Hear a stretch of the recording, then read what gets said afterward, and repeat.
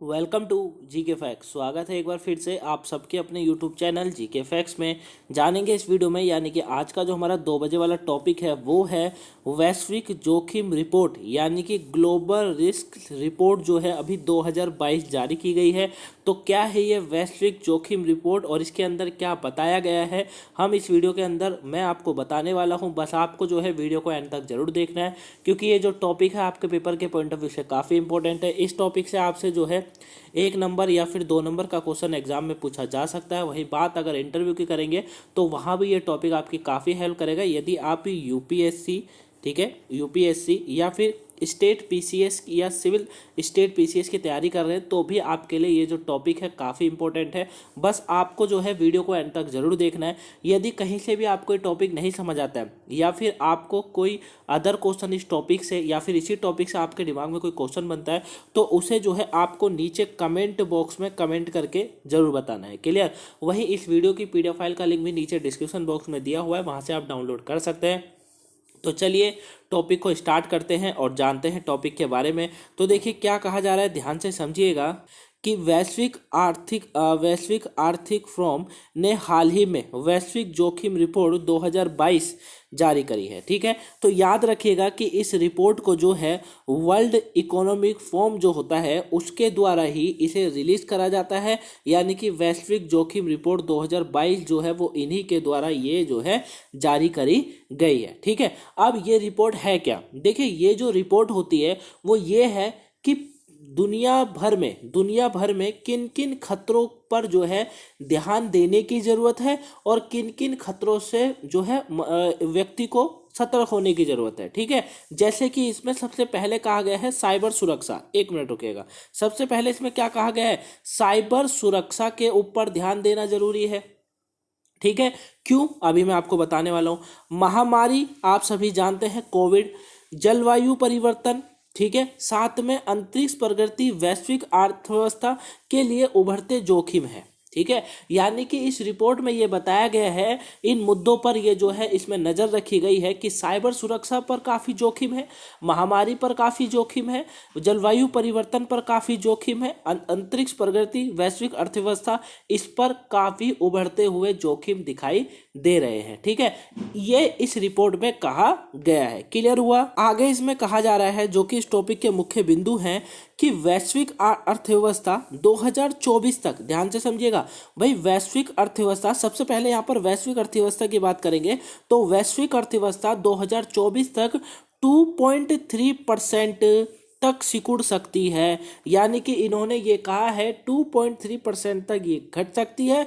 वैश्विक अर्थव्यवस्था की बात चल रही है, यानी कि पूरे दुनिया की अर्थव्यवस्था 2024 तक का डेटा इन्होंने बताया है। ठीक है, वही इन्होंने एक चीज और क्लियर करी है, इन्हों के द्वारा यह कहा गया है कि जो विकासशील देशों में, जो विकासशील देश हैं उनमें यह 5.5% तक सिकुड़ सकता है। भाई ये वाला जो डेटा था वो पूरे विश्व का था, लेकिन ये डेटा उन देशों के लिए है जो कि विकासशील देश है। अब कौन कौन से विकासशील देश होते हैं? ठीक है, विकासशील देश जैसे आप मान लीजिए हमारा देश भारत है, एक विकासशील देश है।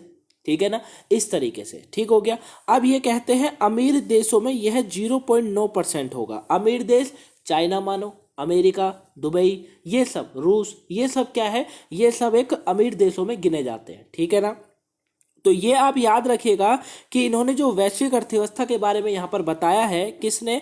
विश्व आर्थिक फोरम, जिन्हों की ये वैश्विक जोखिम रिपोर्ट जारी करी है, इसमें इन लोगों ने कहा है कि वैश्विक अर्थव्यवस्था 2024 तक 2.3% तक सिकुड़ सकती है, वही विकासशील देशों में 5.5% तक, और जो अमीर देश है उनमें 0.9% तक होगी।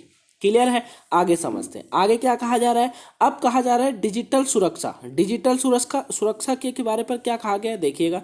महामारी के दौरान ऑनलाइन प्लेटफॉर्म काफ़ी बढ़ गए हैं। ये बात बिल्कुल सही है कि जब से महामारी चली है, जब से ऑनलाइन प्लेटफॉर्मों का सहारा काफ़ी लिया जा रहा है, और कोई जो है सहारा नहीं भी था, क्योंकि अगर मान लीजिए आपको कुछ मंगाना है, कोई डिलीवरी करनी है, कोई आपको पैसे पे करने हैं, तो सारे काम किससे हो रहे थे? ऑनलाइन तरीके से हो रहे थे। महामारी से पहले पहले ऑनलाइन एक प्लेटफॉर्म था, ऑनलाइन अच्छा खासा प्लेटफॉर्म चल रहा था, लेकिन जब से महामारी स्टार्ट हुई तब से इन प्लेटफॉर्मों को काफ़ी जो है प्रॉफिट हुआ। जैसे कि आज अगर सुबह वाली करंट अफेयर देखी होगी तो उसमें एक क्वेश्चन था कि हाल ही में भारत में रिपोर्ट बताई गई थी कि भारत में सबसे ज़्यादा यूपीआई से लेन देन किसके द्वारा किया गया है, तो पेटीएम पेमेंट्स बैंक ने करा था। पढ़ा होगा, सुबह वाले में समझाया था, है ना। तो किसके कारण हुआ? महामारी के कारण, है ना, क्योंकि लोग जो है हाथ से हाथ नहीं दे सकते थे, पैसे नहीं दे सकते थे, और भी चीज़ें नहीं कर सकते, उन्होंने ऑनलाइन का सहारा लिया।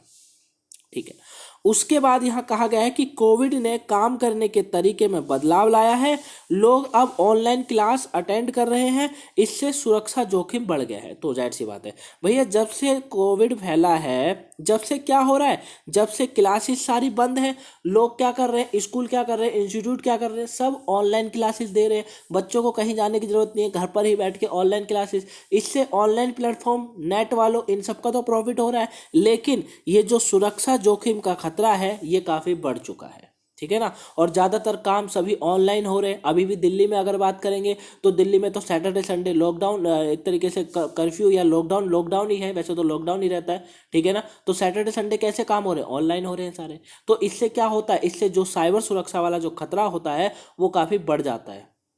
क्लियर है। तो वही यहाँ पर भी कहा गया है डिजिटल सुरक्षा। समझ आ गया।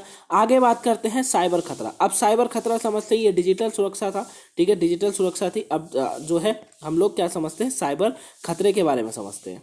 तो साइबर खतरा जो है ये बहुत तरीके से बेकाबू हो चुका है। यहाँ पर बताया जा रहा है कि बेकाबू दरों पर बढ़ रहा है।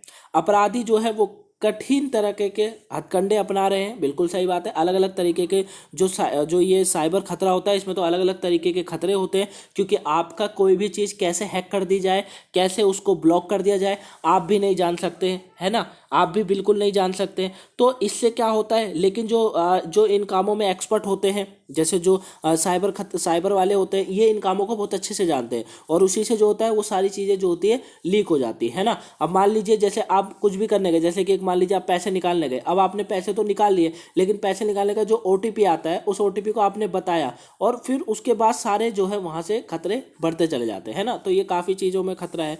तो इसीलिए कहा जा रहा है कि साइबर खतरा दिन पर दिन बढ़ता ही जा रहा है। ठीक है, आक्रामककारी होता जा रहा है। और क्रिप्टो करेंसी इसमें सबसे बड़ा योगदान निभा रही है। देखिए क्या कहा जा रहा है, क्रिप्टो करेंसी साइबर अपराधियों के लिए बचने का आसान रास्ता बन रही है। ठीक है, क्योंकि आज 90% रैंसमवेयर हमलों का भुगतान क्रिप्टो करेंसी में किया जाता है। ठीक है, तो आज अभी तक जो है जो रैंसमवेयर होता है, रैंसमवेयर जो हमले होते हैं, उनसे क्या होता है, क्रिप्टो करेंसी के ही द्वारा जो है ये अपराध, जो साइबर वाले हैं, ये अपराध बढ़ता जा रहा है। ठीक है ना। तो ये क्रिप्टो करेंसी भी एक तरीके से साइबर अपराधियों के लिए बचने का आसान रास्ता बना रही है। समझ आया यहाँ तक। आगे बात करते हैं अंतरिक्ष की। अब एक मुद्दा हमारा अंतरिक्ष का बचता है। ठीक है, अंतरिक्ष के बारे में जानते हैं। देखिए अंतरिक्ष में क्या कहा जा रहा है कि रॉकेट लॉन्चिंग प्रौद्योगिकियों, यानी कि रॉकेट लॉन्चिंग टेक्नोलॉजी जितनी भी है उसकी लागत गिर रही है। क्या गिर रही है? लागत गिर रही है। लागत गिरने का मतलब क्या है? लागत गिरने का मतलब यह है कि इसने देशों के बीच ही नहीं बल्कि सरकारी और निजी कंपनियों के बीच एक नई अंतरिक्ष दौड़ शुरू हो गई है। कैसे? जहां एलोन मस्क, जेफ बेजोस जैसे निजी लॉन्चर उपग्रहों और अंतरिक्ष यात्रियों को लॉन्च कर रहे हैं, वही सरकारें सैन्य उपग्रहों पर ध्यान केंद्रित कर रही है। यह कक्ष में घर्षण पैदा कर रहा है और साथ में मलबे के टकराने, जाम लगने का खतरा बढ़ रहा है। भाई जाहिर सी बात है, आप लोग देख रहे हैं कि एलोन मस्क हमेशा जो है रॉकेटों को लॉन्च करते रहते हैं। ठीक है, और काफ़ी बार होता है कि उनके रॉकेटों में से अगर उन्होंने 4 रॉकेट लॉन्च करे तो काफ़ी बार ऐसा देखने को मिलता है कि 3 रॉकेट तो फट गए। अब वो रॉकेट जब फट गए तो जाहिर सी बात है उनसे अंतरिक्ष में धुआं, प्रदूषण, मलबा सब जमा हो रहा है ना। तो उससे क्या हो रहा है? उससे धरती को खतरा हो रहा है।